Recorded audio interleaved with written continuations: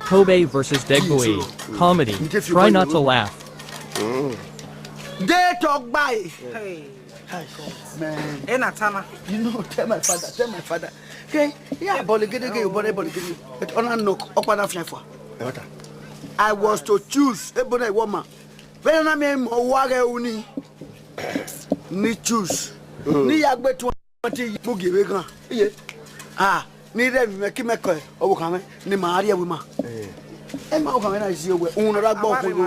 Ni Mario. Anyone I didn't say, Herico. Why I go with it? I go, you know, what they going to why you must say.